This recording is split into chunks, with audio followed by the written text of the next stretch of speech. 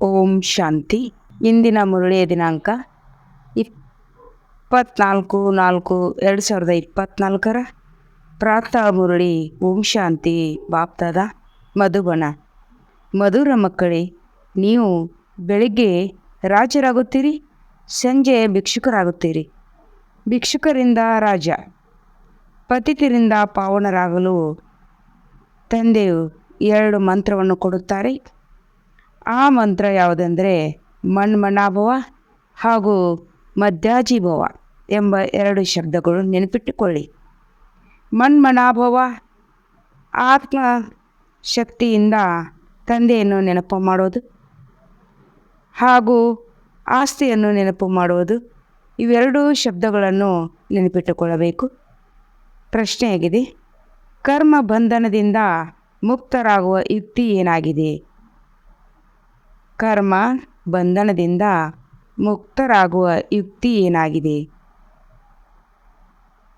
ಒಂದನೇ ಮಾತಾಗಿದೆ, ನೆನಪಿನ ಯಾತ್ರೆ ಹಾಗೂ ಜ್ಞಾನದ ಸ್ಮರಣೆ.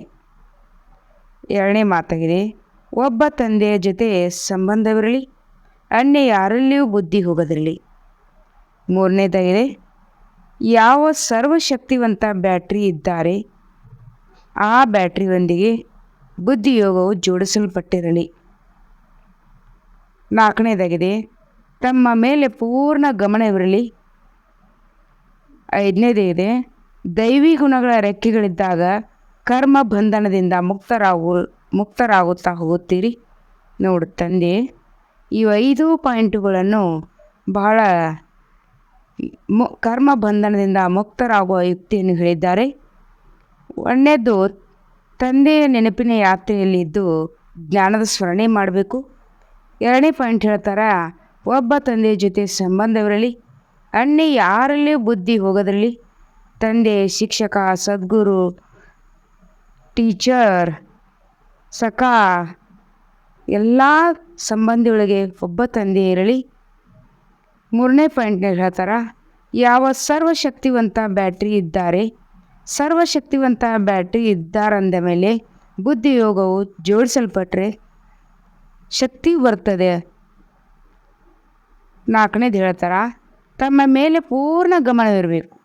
ನಮ್ಮ ಬುದ್ಧಿ ರೂಪಿಯಲ್ಲಿ ಪೂರ್ಣ ಗಮನವಿರಬೇಕು. 5ನೇದು ಹೇಳ್ತಾರೆ, ದೈವಿ ಗುಣಗಳ ರೆಕ್ಕೆಗಳಿದ್ದಾಗ, ನಮ್ಮಲ್ಲಿ ದೈವಿ ಗುಣಗಳಿದ್ದಾಗ ಅವು ರೆಕ್ಕೆಗಳಿದ್ದಾಗ ಕರ್ಮ ಬಂಧನದಿಂದ ಮುಕ್ತರಾಗುತ್ತಾ ಹೋಗುತ್ತೀರಿ. ಓಂ ಶಾಂತಿ. ತಂದೆ ಕುಳಿತು ತಿಳಿಸುತ್ತಾರೆ, ಇದು ಭಾರತದ ಕಥೆಯಾಗಿದೆ. ಯಾವ ಕಥೆಯಾಗಿದೆ? ಬಾಬಾ ಅವರು ಹೇಳ್ತಾರೆ, ಬೆಳಿಗ್ಗೆ ರಾಜರು, ಸಂಜೆ ಭಿಕ್ಷಕರು. ಇದರ ಕುರಿತು ಒಂದು ಕಥೆ ಇದೆ. ಬೆಳಿಗ್ಗೆ ಸಾಹುಕಾರಾಗಿದ್ದರು. ಈ ಮಾತುಗಳನ್ನು ನೀವು ಯಾವಾಗ ಶ್ರೀಮಂತರಾಗುತ್ತೀರೋ ಆಗ ಕೇಳುವುದಿಲ್ಲ. ಈ ಸಂಗಮಯುಗದಲ್ಲಿಯೇ ನೀವು ಮಕ್ಕಳು ಭಿಕ್ಷುಕರು ಮತ್ತು ರಾಜರಾಗುವ ಮಾತುಗಳನ್ನು ಕೇಳುತ್ತೀರಿ. ಇದನ್ನು ಹೃದಯದಲ್ಲಿ ಧಾರಣೆ ಮಾಡಬೇಕಾಗಿದೆ. ಬಾಬಾ ಹೇಳ್ತಾರ, ಇದನ್ನು ನೀವು ನಿಮ್ಮ ಹೃದಯದಲ್ಲಿ ಧಾರಣೆ ಮಾಡಬೇಕಾಗಿದೆ. ಅವಶ್ಯಕವಾಗಿ ಭಕ್ತಿಯು ಭಿಕ್ಷುಕರನ್ನಾಗಿ ಮಾಡುತ್ತದೆ, ಜ್ಞಾನವು ರಾಜರನ್ನಾಗಿ ಮಾಡುತ್ತದೆ. ಈ ದಿನ ಮತ್ತು ರಾತ್ರಿಯು ಬೇಹದ್ದಿನದಾಗಿದೆ. ಈ ಸಂಗಮಿಗ ಇದು ಈ ದಿನ ಮತ್ತು ರಾತ್ರಿಯು ಬೇಹದ್ದಿನದಾಗಿದೆ. ಭಿಕ್ಷುಕ ಮತ್ತು ರಾಜರಾಗುವ ಮಾತು ಈ ಬೇಹದ್ದಿನದಾಗಿದೆ ಮತ್ತು ಮಾಡುವವರು ಬೇಹದ್ದಿನ ತಂದೆಯಾಗಿದ್ದಾರೆ. ಇದು ಬೇಹದ್ದಿನದಾಗಿದೆ. ಮಾಡಿಸುವ ಶಿವ ತಂದೆಯು ಬೇಹದ್ದಿನ ತಂದೆಯಾಗಿದ್ದಾರೆ. ಎಲ್ಲ ಪತಿತ ಆತ್ಮಗಳಿಗಾಗಿ ಪಾವನನ್ನಾಗಿ ಮಾಡುವಂಥ ಬ್ಯಾಟ್ರಿ ಒಂದೇ ಆಗಿದೆ. ಹೀಗೆ ಮತ್ತೆ ಮತ್ತೆ ನೆನಪು ಮಾಡಿಕೊಂಡರೂ ಖುಷಿಯಲ್ಲಿರುತ್ತೀರಿ. ತಂದೆಯು ತಿಳಿಸುತ್ತಾರೆ, ಮಕ್ಕಳೇ, ನೀವು ಬೆಳಿಗ್ಗೆ ರಾಜರಾಗಿ ಬಿಡುತ್ತೀರಿ ಮತ್ತು ಸಂಜೆಗೆ ಭಿಕ್ಷುಕರಾಗಿ ಬಿಡುತ್ತೀರಿ. ಹೇಗಾಗುತ್ತೀರಿ ಎಂಬುದನ್ನು ತಂದೆ ತಿಳಿಸುತ್ತಾರೆ. ಪತಿತರಿಂದ ಪಾವನ, ಬುದ್ಧಿಯಿಂದ ರಾಜರಾಗುವ ಯುಕ್ತಿಯನ್ನು ಸಹ ತಂದೆ ತಿಳಿಸುತ್ತಾರೆ. ನಾವು ಪತಿತರಿದ್ದೆವು, ಪತಿತರಿಂದ ನಮ್ಮನ್ನು ತಂದೆ ಪಾವನ ಮಾಡಿದರು. ಬುದ್ಧಿಯಿಂದ ರಾಜರಾಗುವ ಯುಕ್ತಿಯನ್ನು ಸಹ ತಂದೆ ತಿಳಿಸುತ್ತಾರೆ. ಮನ್ಮನಾಭವ, ಮಧ್ಯಾಜೀಭವ ಇವೆರಡೇ ಯುಕ್ತಿಗಳಾಗಿವೆ. ಇದನ್ನು ತಂದೆ ತಿಳಿಸಿ ಕೊಡುತ್ತಾರೆ. ನೀವು ತಿಳಿದುಕೊಂಡಿದ್ದೀರಿ, ಇದು ಪುರುಷೋತ್ತಮ ಸಂಗಮಯುಗವಾಗಿದೆ. ನೀವು ಯಾರೆಲ್ಲರೂ ಇಲ್ಲಿ ಕುಳಿತಿದ್ದೀರಿ, ನೀವು ಸ್ವರ್ಗದಲ್ಲಿ ಸಾಹುಕಾರ ಆಗುತ್ತೀರಿ ಎಂದು ಗ್ಯಾರಂಟಿ ಇದೆ. ಬಾಬಾ ಅವರು ಹೇಳ್ತಾರೆ, ನೀವು ಇಲ್ಲಿ ಯಾರ್ಯಾರು ಕುಳಿತಿದ್ದೀರಿ, ಈ ಸಂಗಮಯುಗದಲ್ಲಿ ಬಾಬನ ಸಮ್ಮುಖದಲ್ಲಿ ಯಾರ್ಯಾರು ನೀವು ಕುಳಿತಿದ್ದೀರಿ, ನೀವು ಸ್ವರ್ಗದ ಸಾಹುಕಾರ ಆಗುತ್ತೀರಿ ಎಂದು ಗ್ಯಾರಂಟಿ ಕೊಡುತ್ತೇನೆ ಎಂದು ಬಾಬಾ ಹೇಳುತ್ತಾರೆ. ನಂಬರ್ ವಾರ್ ಪುರುಷಾರ್ಥದ ಅನುಸಾರ ಶಾಲೆಯಲ್ಲಿಯೂ ಸಹ ಈ ರೀತಿ ಆಗುತ್ತದೆ. ನಂಬರ್ ವಾರ್ ಆಗಿ ತರಗತಿಯು ವರ್ಗಾವಣೆ ಆಗುತ್ತದೆ. ಪರೀಕ್ಷೆಯು ಮುಕ್ತಾಯವಾದಾಗ ಹೋಗಿ ನಂಬರ್ ವಾರ್ ಆಗಿ ಕುಳಿತುಕೊಳ್ಳುತ್ತಾರೆ. ಬಾಬಾ ಅವರು ಹೇಳ್ತಾರೆ, ನೀವು ನಂಬರ್ ವಾರ್ ಆಗಿ ತರಗತಿಯಲ್ಲಿಯೂ ವರ್ಗಾವಣೆ ಮಾಡುತ್ತಾರೆ, ನಂಬರ್ ವಾರ್ ಪರೀಕ್ಷೆಯಲ್ಲಿಯೂ ಸತಕ ಮುಂದೆ ಕೂಡಿಸುತ್ತಾರೆ. ಮುಕ್ತಾಯವಾದಾಗ ಹೋಗಿ ನಂಬರ್ ಆಗಿ ಕುಳಿತುಕೊಳ್ಳುತ್ತಾರೆ. ಅದು ಹದ್ದಿನ ಮಾತಾಗಿದೆ, ಇದು ಬೇಹದ್ದಿನ ಮಾತಾಗಿದೆ. ನಂಬರ್ ವಾರ್ ರುದ್ರಮಾಲೆಯಲ್ಲಿ ಹೋಗುತ್ತಾರೆ. ಮಾಲೆ ಅಥವಾ ವೃಕ್ಷವಾಗಿದೆ. ಬೀಜವು ವೃಕ್ಷದ್ದಾಗಿದೆ.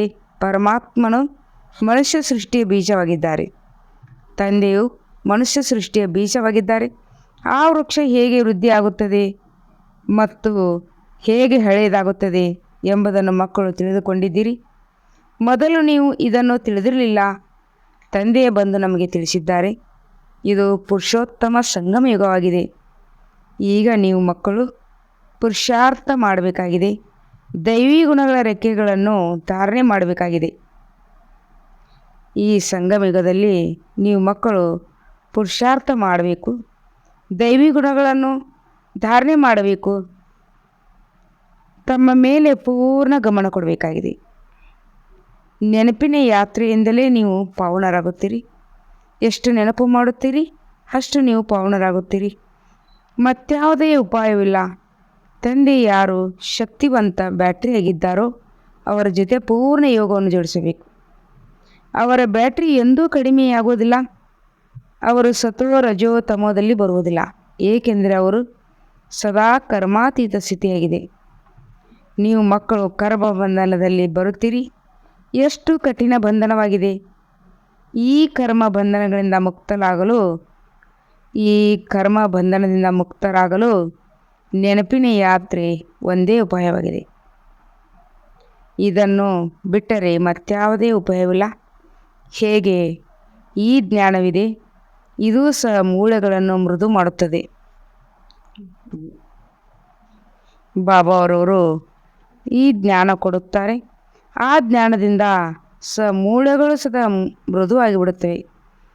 ಹಾಗೆ ನೋಡಿದರೆ ಭಕ್ತಿಯೂ ಸಹ ಮಾಡುತ್ತದೆ. ಆದ್ದರಿಂದಲೇ ಇವರು ಭಕ್ತ ಆತ್ಮನಾಗಿದ್ದಾರೆ. ಇವರಲ್ಲಿ ಸ್ವಲ್ಪವೂ ಮೋಸವಿಲ್ಲ ಎಂದು ಹೇಳುತ್ತಾರೆ. ಆದರೆ ಭಕ್ತರಲ್ಲಿಯೂ ಮೋಸವಿರುತ್ತದೆ.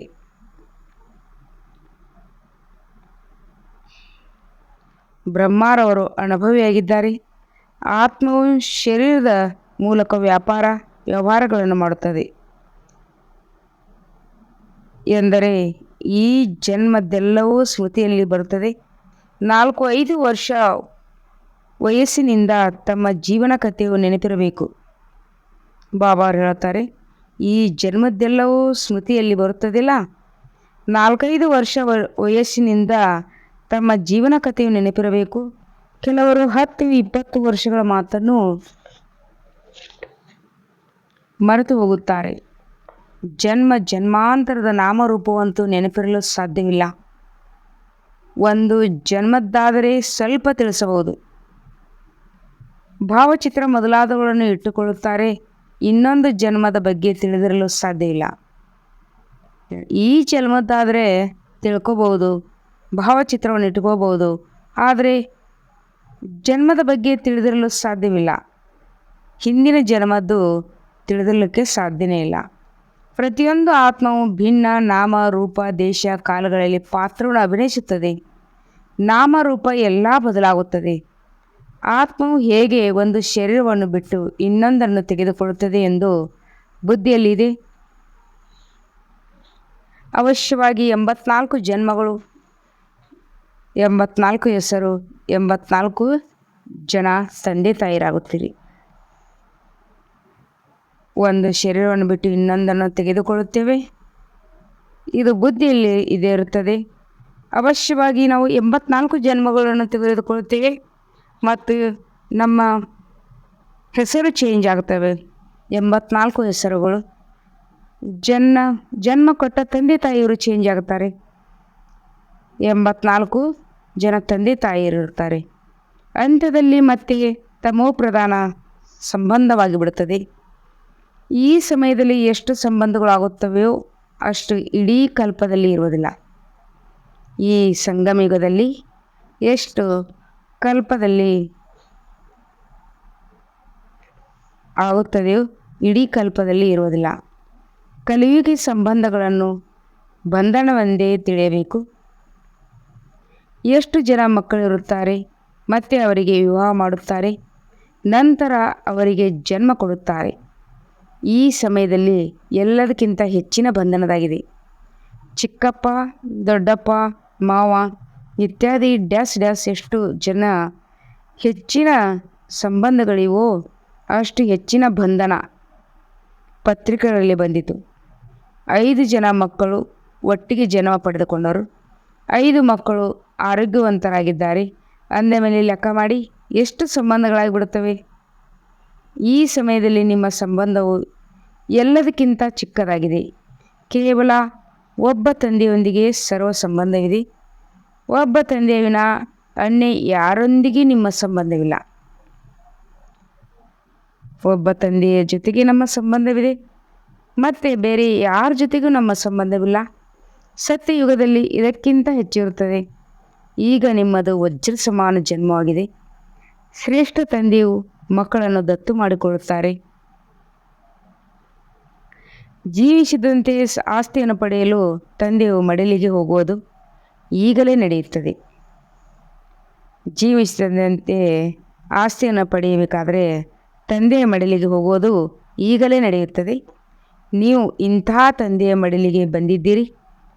ಅವರಿಂದ ನಿಮಗೆ ಆಸ್ತಿ ಸಿಗುತ್ತದೆ. ನೀವು ಬ್ರಾಹ್ಮಣರಿಗಿಂತ ಶ್ರೇಷ್ಠರು ಯಾರೂ ಇಲ್ಲ. ಎಲ್ಲರ ಯೋಗವು ಒಬ್ಬ ತಂದೆಯ ಜೊತೆ ಇದೆ. ನಿಮ್ಮಲ್ಲಿ ಪರಸ್ಪರವೂ ಸಹ ಯಾವುದೇ ಸಂಬಂಧವಿಲ್ಲ. ಸಹೋದರ ಸಹೋದರಿಯರ ಸಂಬಂಧವೂ ಸಹ ಬೆಳೆಸುತ್ತದೆ. ಆದ್ದರಿಂದ ಸಂಬಂಧವು ಒಬ್ಬ ತಂದೆಯೊಂದಿಗೆ ಇರಬೇಕು. ಇದು ಹೊಸ ಮಾತಾಗಿದೆ. ಈಗ ಪವಿತ್ರರಾಗಿರಿ, ಹಿಂತಿರುಗಿ ಹೋಗಬೇಕಾಗಿದೆ. ಹೀಗೆ ವಿಚಾರ ಸಾಗರ ಮಂಥನ ಮಾಡೋದರಿಂದ ನೀವು ಬಹಳ ಹೊಳಪಿನಲ್ಲಿ ಬರುತ್ತೀರಿ. ಸತ್ಯಯುಗಿ ಪ್ರಕಾಶ ಮತ್ತು ಕಲಿಯುಗಿ ಪ್ರಕಾಶತೆಯಲ್ಲಿ ರಾತ್ರಿ ಹಗಲಿನ ಅಂತರವಿದೆ. ಭಕ್ತಿ ಮಾರ್ಗದ ಸಮಯವೇ ರಾವಣ ರಾಜ್ಯವಾಗಿದೆ. ಅಂತ್ಯದಲ್ಲಿ ವಿಜ್ಞಾನದ ಪ್ರಗತಿಯೂ ಸಹ ಎಷ್ಟೊಂದು ಆಗುತ್ತಿದೆ. ಹೇಗೆ ಸತ್ಯಯುಗದೊಂದಿಗೆ ಹೋಲಿಕೆ ಮಾಡುತ್ತಾರೆ. ಒಂದು ಮಗು ಸಮಾಚಾರವನ್ನು ಬರೆದರು. ಸ್ವರ್ಗದಲ್ಲಿ ಇದ್ದೀರೋ ಅಥವಾ ನರಕದಲ್ಲಿ ಇದ್ದೀರೋ ಎಂದು ನಾವು ಪ್ರಶ್ನೆ ಕೇಳಿದೆವು. ಆಗ 4 ಮತ್ತು 5 ಜನರು ನಾವು ಸ್ವರ್ಗದಲ್ಲಿದ್ದೇವೆ ಎಂದು ಹೇಳಿದರು. ಬುದ್ಧಿಯಲ್ಲಿ ರಾತ್ರಿ ಹಗಲಿನ ಅಂತರವಾಗಿ ಬಿಡುತ್ತದೆ. ಕೆಲವರು ನಾವು ನರಕದಲ್ಲಿದ್ದೇವೆ ಎಂದು ಹೇಳುತ್ತಾರೆ. ಮತ್ತೆ ಅವರಿಗೆ ಸ್ವರ್ಗವಾಸಿಯಾಗಲು ಬಯಸುತ್ತೀರೇನು ಎಂದು ಕೇಳಬೇಕು. ಸ್ವರ್ಗವನ್ನು ಯಾರು ಸ್ಥಾಪನೆ ಮಾಡುತ್ತಾರೆ? ಇವು ಬಹಳ ಮಧುರಾತಿ ಮಧುರ ಮಾತುಗಳಾಗಿವೆ. ನೀವು ಬರೆದುಕೊಳ್ಳುತ್ತೀರಿ, ಆದರೆ ಅದು ಪುಸ್ತಕದಲ್ಲೇ ಉಳಿಯುತ್ತದೆ. ಸಮಯದಲ್ಲಿ ನೆನಪಿಗೆ ಬರುವುದಿಲ್ಲ. ಈಗ ಪತಿತರಿಂದ ಪಾವನರನ್ನಾಗಿ ಮಾಡುವವರು ಪರಂಪಿತ ಪರಮಾತ್ಮ ಶಿವಪರಮಾತ್ಮ ಆಗಿದ್ದಾರೆ. ತಂದೆ ಹೇಳುತ್ತಾರೆ, ನನ್ನೊಬ್ಬನನ್ನೇ ನೆನಪು ಮಾಡಿದರೆ ಪಾಪವು ಸಮಾಪ್ತಿಯಾಗಿ ಬಿಡುತ್ತದೆ ಎಂದು ತಿಳಿಸುತ್ತಾರೆ. ನೆನಪಿನಲ್ಲಿ ಏನಾದರೂ ಸಂಪಾದನೆ ಆಗುತ್ತದೆ ಅಲ್ಲವೇ? ನೆನಪಿನ ಪದ್ಧತಿಯು ಈಗ ಹೊರಬಂದಿದೆ. ನೆನಪಿನಿಂದಲೇ ನೀವು ಎಷ್ಟು ಶ್ರೇಷ್ಠ ಶುದ್ಧವಾಗುತ್ತೀರಿ. ಯಾರು ಎಷ್ಟು ಪರಿಶ್ರಮ ಪಡುತ್ತಾರೋ ಅಷ್ಟು ಶ್ರೇಷ್ಠ ಪದವಿಯನ್ನು ಪಡೆದುಕೊಳ್ಳುತ್ತಾರೆ. ನೀವು ಎಷ್ಟು ಶ್ರೇಷ್ಠ ಶುದ್ಧರಾಗುತ್ತೀರಿ. ಯಾರು ಎಷ್ಟು ಪರಿಶ್ರಮ ಪಡುತ್ತಾರೋ ಅಷ್ಟು ಶ್ರೇಷ್ಠ ಪದವಿಯನ್ನು ಪಡೆದುಕೊಳ್ಳುತ್ತಾರೆ ಎಂದು ತಂದೆಯನ್ನು ಸಹ ಕೇಳಬಹುದು. ಪ್ರಪಂಚದಲ್ಲಂತೂ ಸಂಬಂಧ ಮತ್ತು ಸಂಪತ್ತಿನ ಹಿಂದೆ ಜಗಳವೇ ಜಗಳವಿದೆ. ಈ ಹಳೆಯ ಪ್ರಪಂಚದಲ್ಲಿ ಸಂಬಂಧ ಮತ್ತು ಸಂಪತ್ತಿನ ಹಿಂದೆ ಜಗಳವೇ ಜಗಳವಿದೆ. ಇಲ್ಲಂತೂ ಯಾವುದೇ ಸಂಬಂಧವಿಲ್ಲ. ಒಬ್ಬ ತಂದೆಯ ವಿನ ಮತ್ತಾರೂ ಇಲ್ಲ. ತಂದೆಯು ಬೇದಿನ ಮಾಲೀಕರಾಗಿದ್ದಾರೆ. ಮಾತುಗಳು ಬಹಳ ಸಹಜವಾಗಿವೆ. ಆ ಕಡೆ ಸ್ವರ್ಗ ಇದೆ ಮತ್ತು ಈ ಕಡೆ ನರಕವಿದೆ. ನರಕವಾಸಿಗಳು ಒಳ್ಳೆಯರು ಅಥವಾ ಸ್ವರ್ಗವಾಸಿಗಳು ಒಳ್ಳೆಯರು? ಯಾರು ಬುದ್ಧಿವಂತರಿರುತ್ತಾರೋ ಅವರು ಸ್ವರ್ಗವಾಸಿಗಳಾಗುವುದೇ ಒಳ್ಳೆಯದು ಎಂದು ಹೇಳುತ್ತಾರೆ. ಕೆಲವರಂತೂ ಸ್ವರ್ಗವಾಸಿ ಮತ್ತು ನರಕವಾಸಿಗಳು ಈ ಮಾತುಗಳೊಂದಿಗೆ ನಮಗೆ ಯಾವುದೇ ಅವಶ್ಯಕತೆ ಇಲ್ಲ ಎಂದು ಹೇಳಿಬಿಡುತ್ತಾರೆ. ಏಕೆಂದರೆ ತಂದೆಯನ್ನು ತಿಳಿದಿಲ್ಲ. ಕೆಲವರು ತಂದೆಯ ಮಡಿಲಿನಿಂದ ಹೊರಬಂದು ಮಾಯ ಮಡಿಲಿಗೆ ಹೋಗ್ಬಿಡುತ್ತಾರೆ. ಬಾಬಾ ಅವರು ಹೇಳ್ತಾರೆ, ಕೆಲವರು ತಂದೆಯ ಮಡಿಲಿನಿಂದ ಹೊರಬಂದು ಮಾಯೆಯ ಮಡಿಲಿಗೆ ಹೋಗುತ್ತಾರೆ. ವಿಚಿತ್ರವಾಗಿದೆಯಲ್ಲವಾ? ತಂದೆಯು ವಿಚಿತ್ರವಾಗಿದ್ದಾರೆ, ಜ್ಞಾನವು ವಿಚಿತ್ರ. ಮಾಯೆಯ ಮಡಿಲಿಗೆ ಹೋಗುತ್ತಾರೆ. ವಿಚಿತ್ರವಾಗಿದೆಯಲ್ಲವೇ? ತಂದೆಯು ವಿಚಿತ್ರವಾಗಿದ್ದಾರೆ, ಜ್ಞಾನ ವಿಚಿತ್ರ, ಎಲ್ಲವೂ ವಿಚಿತ್ರ. ಈ ವಿಚಿತ್ರವನ್ನು ತಿಳಿಯುವವರು ಸಹ ಅಂಥವರೇ ಬೇಕು. ಅವರ ಬುದ್ಧಿಯು ತಂದೆಯ ಜೊತೆ ತೊಡಗಿರಬೇಕು. ರಾವಣನು ವಿಚಿತ್ರವಲ್ಲ, ಅವನ ರಚನೆಯೂ ವಿಚಿತ್ರವಲ್ಲ. ರಾತ್ರಿ ಮತ್ತು ಹಗಲಿನ ಅಂತರವಿದೆ. ಕಾಳಿಯ ದಡದಲ್ಲಿ ಹೋದಾಗ ಸರ್ಪವು ಕಚ್ಚಿತು, ಕಪ್ಪಾಗಿ ಬಿಟ್ಟರೆಂದು ಶಾಸ್ತ್ರಗಳಲ್ಲಿ ಬರೆದು ಬಿಟ್ಟಿದ್ದಾರೆ. ಈಗ ನೀವು ಇದನ್ನು ಬಹಳ ಚೆನ್ನಾಗಿ ತಿಳಿಸುತ್ತೀರಿ. ಕೃಷ್ಣನ ಚಿತ್ರವನ್ನು ಯಾರಾದರೂ ತೆಗೆದುಕೊಂಡು ನೋಡಿದರೆ ರಿಫ್ರೆಶ್ ಆಗಿಬಿಡುತ್ತಾರೆ. ಬಾಬಾ ಅವರು ಹೇಳುತ್ತಾರೆ, ಕೃಷ್ಣನ ಚಿತ್ರವನ್ನು ಯಾರಾದರೂ ತೆಗೆದುಕೊಂಡು ನೋಡಿದರೆ ರಿಫ್ರೆಶ್ ಆಗಿಬಿಡುತ್ತಾರೆ. ಇದು 84 ಜನ್ಮಗಳ ಕಥೆಯಾಗಿದೆ. ಕೃಷ್ಣನದು ಹೇಗೋ ನಿಮ್ಮದು ಹಾಗೆ. ಸ್ವರ್ಗದಲ್ಲಂತೂ ನೀವು ಬರುತ್ತಿರಲವೇ? ಮತ್ತು ತ್ರೇತಾಯುಗದಲ್ಲಿಯೂ ಬರುತ್ತಾರೆ. ವೃದ್ಧಿ ಆಗುತ್ತಿರುತ್ತದೆ. ತ್ರೇತಾಯುಗದಲ್ಲಿ ಯಾರು ರಾಜರಾಗುತ್ತಾರೆಯೋ ಅವರು ತ್ರೇತಾದಲ್ಲಿ ಬರುತ್ತಾರೆಂದಲ್ಲ. ವಿದ್ಯಾವಂತರ ಮುಂದೆ ಅವಿದ್ಯಾವಂತರು ಬಾಗಬೇಕಾಗುತ್ತದೆ. ಈ ನಾಟಕದ ರಹಸ್ಯವು ತಂದೆಗೆ ಗೊತ್ತಿದೆ. ಈಗ ನಿಮಗೆ ತಿಳಿದಿದೆ. ನಿಮ್ಮ ಮಿತ್ರ ಸಂಬಂಧಿ ಮೊದಲಾದವರೆಲ್ಲರೂ ನರಕವಾಸಿಗಳಾಗಿದ್ದಾರೆ. ನಾವೆಲ್ಲರೂ ಪುರುಷೋತ್ತಮ ಸಂಗಮಗಳಾಗಿದ್ದೇವೆ. ಈ ಪುರುಷೋತ್ತಮ ಸಂಗಮರಾಗುತ್ತಿದ್ದೇವೆ. ಹೊರಗಿರುವುದು ಮತ್ತು ಇಲ್ಲಿ 7 ದಿನಗಳು ಬಂದು ಇರುವುದರಲ್ಲಿ ಬಹಳ ಅಂತರವಿರುತ್ತದೆ. ನಾವೆಲ್ಲರೂ ಪುರುಷೋತ್ತಮ ಸಂಗಮಿಗಳಾಗಿದ್ದೇವೆ. ಈಗ ಪುರುಷೋತ್ತಮರಾಗುತ್ತಿದ್ದೇವೆ. ಹೊರಗಿರುವುದು ಮತ್ತು ಇಲ್ಲಿ 7 ದಿನಗಳು ಬಂದು ಇರುವುದರಲ್ಲಿ ಬಹಳ ಅಂತರವಿರುತ್ತದೆ. ಹಂಸಗಳ ಸಂಘದಿಂದ ಬಂದು ಕೊಕ್ಕರಗಳ ಸಂಘದಲ್ಲಿ ಹೋಗುತ್ತಾರೆ. ಕೆಡಿಸುವವರು ಅನೇಕರಿದ್ದಾರೆ. ಅನೇಕ ಮಕ್ಕಳು ಮುರಳಿಯ ಮೇಲೆ ಗಮನವನ್ನೇ ಇಡುವುದಿಲ್ಲ. ತಂದೆಯು ತಿಳಿಸುತ್ತಾರೆ, ಹುಡುಗಾಟಿಕೆ ಮಾಡಬೇಡಿ. ನೀವು ಸುಗಂಧಭರಿತ ಹೂಗಳಾಗಬೇಕಾಗಿದೆ. ನೆನಪಿನ ಯಾತ್ರೆ ಒಂದೇ ಸಾಕು. ಇಲ್ಲಿ ನೀವು ಬ್ರಾಹ್ಮಣರದೇ ಸಂಘವಿದೆ. ಶ್ರೇಷ್ಠಾತಿ ಶ್ರೇಷ್ಠರು ಎಲ್ಲಿ? ನೀಚರು ಎಲ್ಲಿ? ಶ್ರೇಷ್ಠಾತಿ ಶ್ರೇಷ್ಠರು ಎಲ್ಲಿ? ನೀಚರು ಎಲ್ಲಿ? ಬಾಬಾ, ನಾವು ಕೊಕ್ಕರೆಗಳ ಗುಂಪಿನಲ್ಲಿ ನಾನು ಒಂದು ಹಂಸ, ಏನು ಮಾಡುವುದು ಎಂದು ಮಕ್ಕಳು ಬರೆಯುತ್ತಾರೆ. ಕೊಕ್ಕರೆಗಳು ಚುಚ್ಚುತ್ತಿರುತ್ತಾರೆ. ಎಷ್ಟು ಶ್ರಮ ಪಡಬೇಕಾಗುತ್ತದೆ. ತಂದೆಯು ಶ್ರೀಮತದಂತೆ ನಡೆಯುವುದರಿಂದ ಶ್ರೇಷ್ಠ ಪದವೇ ಸಿಗುತ್ತದೆ. ಸದಾ ಹಂಸಗಳಾಗಿರಿ. ಕೊಕ್ಕರೆಗಳ ಸಂಘದಲ್ಲಿ ಕೊಕ್ಕರೆಗಳು ಆಗಬೇಡ್ರಿ. ಬಾಬಾ ಅವ್ರು ಹೇಳ್ತಾರ, ತಂದೆ ಶ್ರೀಮತದಿಂದ ನಡೆಯುವುದರಿಂದ ಶ್ರೇಷ್ಠ ಪದವಿ ಸಿಗುತ್ತದೆ. ಸದಾ ಹಂಸಗಳಾಗ್ರಿ. ಕೊಕ್ಕರೆಗಳ ಸಂಘದಲ್ಲಿ ಯಾಕೆ ಸಿಕ್ಕೋತೀರಿ? ಕೊಕ್ಕರೆಗಳು ಯಾಕೆ ಆಗ್ತೀರಿ? ಈ ಗಾಯನವಿದೆಯಲ್ಲ, ಆಶ್ಚರ್ಯವಾಗಿ ಕೇಳುತ್ತಾರೆ, ನಡೆಯುತ್ತಾರೆ, ಮತ್ತೆ ಓಡಿ ಹೋಗುತ್ತಾರೆ. ಅಲ್ಪ ಸ್ವಲ್ಪ ಜ್ಞಾನವಿದ್ದರೆ ಸ್ವರ್ಗದಲ್ಲಂತೂ ಬರುತ್ತಾರೆ. ಆದರೆ ರಾತ್ರಿ ಹಗಲಿನ ಅಂತರವಾಗುತ್ತದೆ. ಬಹಳ ಕಠಿಣ ಶಿಕ್ಷೆಗಳನ್ನು ಅನುಭವಿಸುತ್ತಾರೆ. ನನ್ನ ಮತದಂತೆ ನಡೆಯದೆ ಪತಿತರಾದರೆ 100ಕ್ಕೆ 100ರಷ್ಟು ಶಿಕ್ಷೆಯನ್ನು ಅನುಭವಿಸಬೇಕಾಗುತ್ತದೆ. ಪದವಿಯೂ ಕಡಿಮೆ ಆಗುತ್ತದೆ ಎಂದು ತಂದೆ ಹೇಳುತ್ತಾರೆ. ರಾಜಧಾನಿಯು ಸ್ಥಾಪನೆ ಆಗುತ್ತಿದೆ. ಈ ಮಾತುಗಳು ಮರೆತು ಹೋಗುತ್ತದೆ. ಇದು ನೆನಪು ಇದ್ದರೂ ಸಹ ಶ್ರೇಷ್ಠ ಪದವಿಯನ್ನು ಪಡೆಯುವ ಪುರುಷಾರ್ಥವನ್ನು ಅವಶ್ಯವಾಗಿ ಮಾಡುತ್ತಾರೆ. ಮಾಡದಿದ್ದರೆ ಒಂದು ಕಿವಿಯಿಂದ ಕೇಳಿ ಇನ್ನೊಂದು ಕಿವಿಯಿಂದ ಬಿಟ್ಟು ಬಿಡುತ್ತಾರೆ. ಶ್ರೇಷ್ಠ ಪದವಿಯನ್ನು ಪಡೆಯುವ ಪುರುಷಾರ್ಥವನ್ನು ಅವಶ್ಯವಾಗಿ ಮಾಡುತ್ತಾರೆ. ಮಾಡದಿದ್ದರೆ ಒಂದು ಕಿವಿಯಿಂದ ಕೇಳಿ ಇನ್ನೊಂದು ಕಿವಿಯಿಂದ ಬಿಟ್ಟು ಬಿಡುತ್ತಾರೆ ಎಂದು ತಿಳಿಯಲಾಗುತ್ತದೆ. ತಂದೆಯೊಂದಿಗೆ ಯೋಗವಿಲ್ಲ. ಇಲ್ಲಿ ಇದ್ದರೂ ಸಹ ಬುದ್ಧಿಯೋಗವು ಮಕ್ಕಳು ಮರಿಗಳ ಕಡೆ ಇರುತ್ತದೆ. ತಂದೆಯು ತಿಳಿಸುತ್ತಾರೆ, ಎಲ್ಲವನ್ನೂ ಮರೆಯುವುದರಿಂದ ವೈರಾಗ್ಯವೆಂದು ಹೇಳಲಾಗುತ್ತದೆ. ಇದರಲ್ಲಿಯೂ ಸಹ ಶೇಕಡಾವಾರರು ಇದ್ದಾರೆ. ಎಲ್ಲಿ ಅಂದರೆ ಅಲ್ಲಿ ವಿಚಾರಗಳು ಹೊರಟು ಹೋಗುತ್ತವೆ. ಪರಸ್ಪರ ಪ್ರೀತಿ ಇದ್ದರೂ ಸಹ ಬುದ್ಧಿಯು ಸಿಕ್ಕಿ ಹಾಕಿಕೊಳ್ಳುತ್ತದೆ.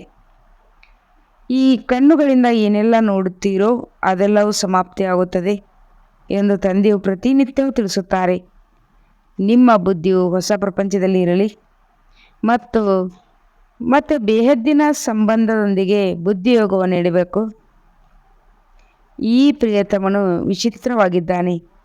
ತಾವು ಯಾವಾಗ ಬರುತ್ತೀರೋ ಆಗ ತಮ್ಮ ವಿನಾ ಮತ್ತಾರನ್ನೂ ನೆನಪು ಮಾಡುವುದಿಲ್ಲ ಎಂದು ಭಕ್ತಿಯಲ್ಲಿ ಹಾಡುತ್ತಾರೆ. ನಾನು ಈಗ ಬಂದಿದ್ದೇನೆ ಅಂದ ಮೇಲೆ ಈಗ ನೀವು ಎಲ್ಲ ಕಡೆಯಿಂದ ಬುದ್ಧಿಯನ್ನು ತೆಗೆಯಬೇಕಲ್ವೇ? ಇದೆಲ್ಲವೂ ಮಣ್ಣು ಪಾಲಾಗುವುದಿದೆ. ನಿಮ್ಮದು ಮಣ್ಣಿನ ಜೊತೆ ಬುದ್ಧಿಯೋಗವಿದ್ದಂದರೆ, ನನ್ನ ಜೊತೆ ಬುದ್ಧಿಯೋಗವಿದ್ದರೆ ಮಾಲೀಕರಾಗಿಬಿಡುತ್ತೀರಿ. ಬಾಬಾ ಅವರು ಹೇಳ್ತಿದ್ದಾರೆ, ಈಗ ನೀವು ಎಲ್ಲ ಕಡೆಯಿಂದ ಬುದ್ಧಿಯನ್ನು ತೆಗೆಯಬೇಕು. ಇದೆಲ್ಲವೂ ಮಣ್ಣ ಪಾಲಾಗುವುದಿದೆ. ನಿಮ್ಮದು ಮಣ್ಣಿನ ಜೊತೆ ಬುದ್ಧಿಯೋಗವಿದ್ದಂತೆ ನನ್ನ ಜೊತೆ ಬುದ್ಧಿಯೋಗವಿದ್ದರೆ ಮಾಲೀಕರಾಗಿಬಿಡುತ್ತೀರಿ. ತಂದೆಯು ಎಷ್ಟೊಂದು ಬುದ್ಧಿವಂತರನ್ನಾಗಿ ಮಾಡುತ್ತಾರೆ. ಭಕ್ತಿ ಏನು ಮತ್ತು ಜ್ಞಾನ ಏನಾಗಿದೆ ಎಂಬುದನ್ನು ಮನುಷ್ಯರು ತಿಳಿದುಕೊಂಡಿಲ್ಲ. ಈಗ ನಿಮಗೆ ಜ್ಞಾನವು ಸಿಕ್ಕಿದೆ, ಆದ್ದರಿಂದ ನೀವು ಭಕ್ತಿಯನ್ನು ತಿಳಿಯುತ್ತೀರಿ. ಈಗ ನಿಮಗೆ ಅನುಭವವಾಗುತ್ತದೆ. ಭಕ್ತಿಯಲ್ಲಿ ಎಷ್ಟೊಂದು ದುಃಖವಿದೆ. ಮನುಷ್ಯರು ಭಕ್ತಿ ಮಾಡುತ್ತಾರೆ, ತನ್ನನ್ನು ಬಹಳ ಸಖಿ ಎಂದು ತಿಳಿಯುತ್ತಾರೆ. ಮನುಷ್ಯರು ಭಕ್ತಿ ಮಾಡುತ್ತಾರೆ, ತನ್ನನ್ನು ಬಹಳ ಸುಖಿ ಎಂದು ತಿಳಿಯುತ್ತಾರೆ. ಆ ನಂತರವೂ ಭಗವಂತನು ಬಂದು ಫಲವನ್ನು ಕೊಡುತ್ತಾರೆಂದು ಹೇಳುತ್ತಾರೆ. ಯಾರಿಗೆ ಮತ್ತು ಹೇಗೆ ಫಲ ಕೊಡುತ್ತಾರೆಂದು ತಿಳಿದುಕೊಂಡೇ ಇಲ್ಲ. ಈಗ ನೀವು ತಿಳಿದುಕೊಂಡಿದ್ದೀರಿ. ತಂದೆಯು ಭಕ್ತಿಯ ಫಲವನ್ನು ಕೊಡುವುದಕ್ಕಾಗಿ ಬಂದಿದ್ದಾರೆ. ಯಾವ ತಂದೆಯಿಂದ ವಿಶ್ವದ ರಾಜಧಾನಿ ಸಿಗುತ್ತದೆಯೋ ಆ ತಂದೆ ನೀಡುವ ಆದೇಶದಂತೆ ನಡೆಯಬೇಕಾಗುತ್ತದೆ. ನೋಡಿ, ಬಾಬಾ ಅವರು ಹೇಳುತ್ತಾರೆ, ತಂದೆಯಿಂದ ವಿಶ್ವದ ರಾಜಧಾನಿ ಸಿಗುತ್ತದೆಯೋ ಆ ತಂದೆ ನೀಡುವ ಆದೇಶದಂತೆ ನೀವು ನಡೆಯಬೇಕು. ಅದಕ್ಕೆ ಶ್ರೇಷ್ಠಾತಿ ಶ್ರೇಷ್ಠ ಮತವೆಂದು ಹೇಳಲಾಗುತ್ತದೆ. ಅದಕ್ಕೆ ಶ್ರೇಷ್ಠಾತಿ ಶ್ರೇಷ್ಠ ಮತ ಎಂದು ಹೇಳುತ್ತದೆ, ಶ್ರೀಮತವೆಂದು ಹೇಳುತ್ತದೆ. ಮತವಂತೂ ಎಲ್ಲರಿಗೂ ಸಿಗುತ್ತದೆ, ಆದರೆ ಕೆಲವರು ನಡೆಯುತ್ತಾರೆ, ಕೆಲವರು ನಡೆಯುವುದಿಲ್ಲ. ಬೇಹದ್ದಿನ ಸಾಮ್ರಾಜ್ಯವು ಸ್ಥಾಪನೆಯಾಗುವುದಿದೆ. ನೀವೀಗ ತಿಳಿಯುತ್ತೀರಿ ನಾವು ಏನಾಗಿದ್ದೆವು, ಈಗ ನಮ್ಮ ಸ್ಥಿತಿ ಏನಾಗಿದೆ. ಮಾಯು ಒಮ್ಮೆಲೇ ಸಮಾಪ್ತಿ ಮಾಡಿಬಿಡುತ್ತದೆ. ಇದಂತೂ ಶವಗಳ ಪ್ರಪಂಚವಾಗಿದೆ. ಇದು ಹಳೆಯ ಪ್ರಪಂಚ, ಶವಗಳ ಪ್ರಪಂಚವಾಗಿದೆ. ಭಕ್ತಿ ಮಾರ್ಗದಲ್ಲಿ ನೀವು ಏನನ್ನು ಕೇಳುತ್ತಿದ್ದೀರೋ ಅದನ್ನು ಸತ್ಯ ಸತ್ಯವೆಂದು ಹೇಳುತ್ತಿದ್ದೀರಿ. ಆದರೆ ನೀವೀಗ ತಿಳಿದುಕೊಂಡಿದ್ದೀರಿ, ಒಬ್ಬ ತಂದೆಯ ಸತ್ಯವನ್ನು ತಿಳಿಸುತ್ತಾರೆ. ಇಂಥ ತಂದೆಯನ್ನು ನೆನಪು ಮಾಡಬೇಕು. ಒಬ್ಬ ತಂದೆಯ ಸತ್ಯವನ್ನು ತಿಳಿಸುತ್ತಾರೆ, ಇಂಥ ತಂದೆಯನ್ನು ನೆನಪು ಮಾಡಬೇಕು.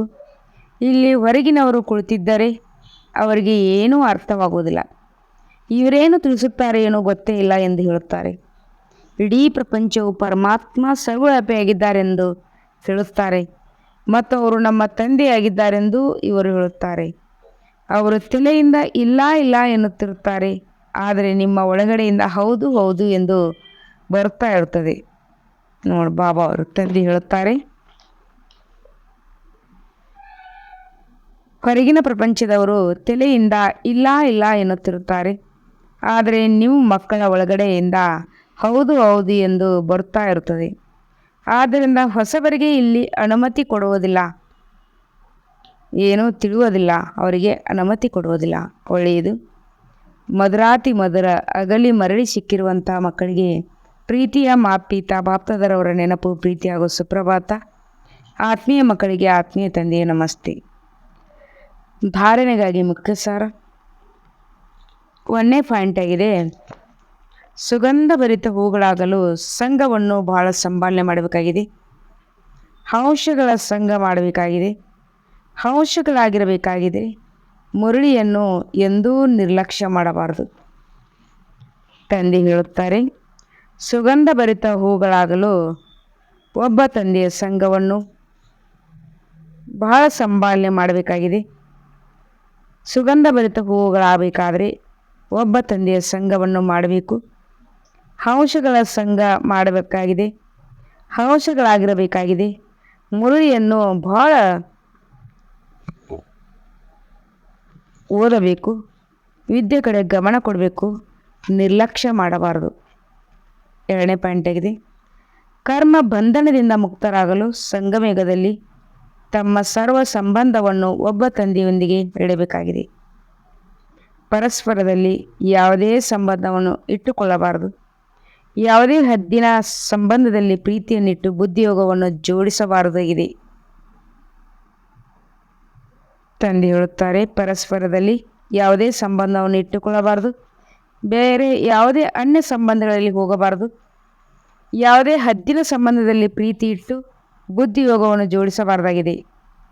ಒಬ್ಬರನ್ನೇ ನೆನಪು ಮಾಡಬೇಕು. ಒಬ್ಬ ತಂದೆಯನ್ನೇ ನೆನಪು ಮಾಡಬೇಕು. ಮತ್ತೆ ಬೇರೆ ಯಾರನ್ನೂ ಇಲ್ಲ. ವರದಾನಗಿದೆ.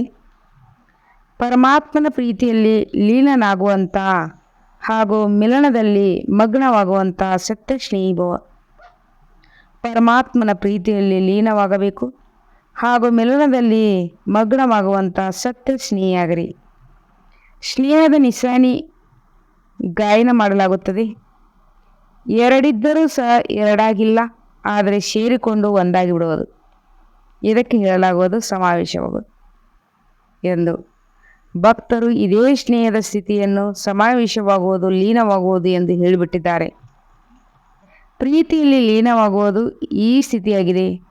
ಆದರೆ ಸ್ಥಿತಿಗೆ ಬದಲಾಗಿ ಅವರು ಆತ್ಮದ ಅಸ್ತಿತ್ವವನ್ನು ಸದಾಕಾಲಕ್ಕಾಗಿ ಸಮಾಪ್ತಿಯಾಗುವುದು ಎಂದು ತಿಳಿದುಬಿಟ್ಟರು.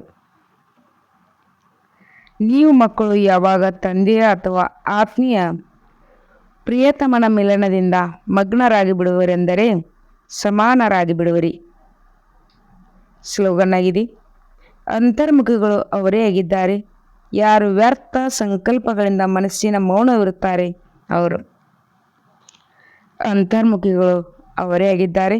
ಯಾರೆಂದರೆ ಯಾರು ವ್ಯರ್ಥ ಸಂಕಲ್ಪಗಳಿಂದ ಮನಸ್ಸಿನ ಮೌನವಿರುತ್ತಾರೆ ಅವರು. ಓಂ ಶಾಂತಿ.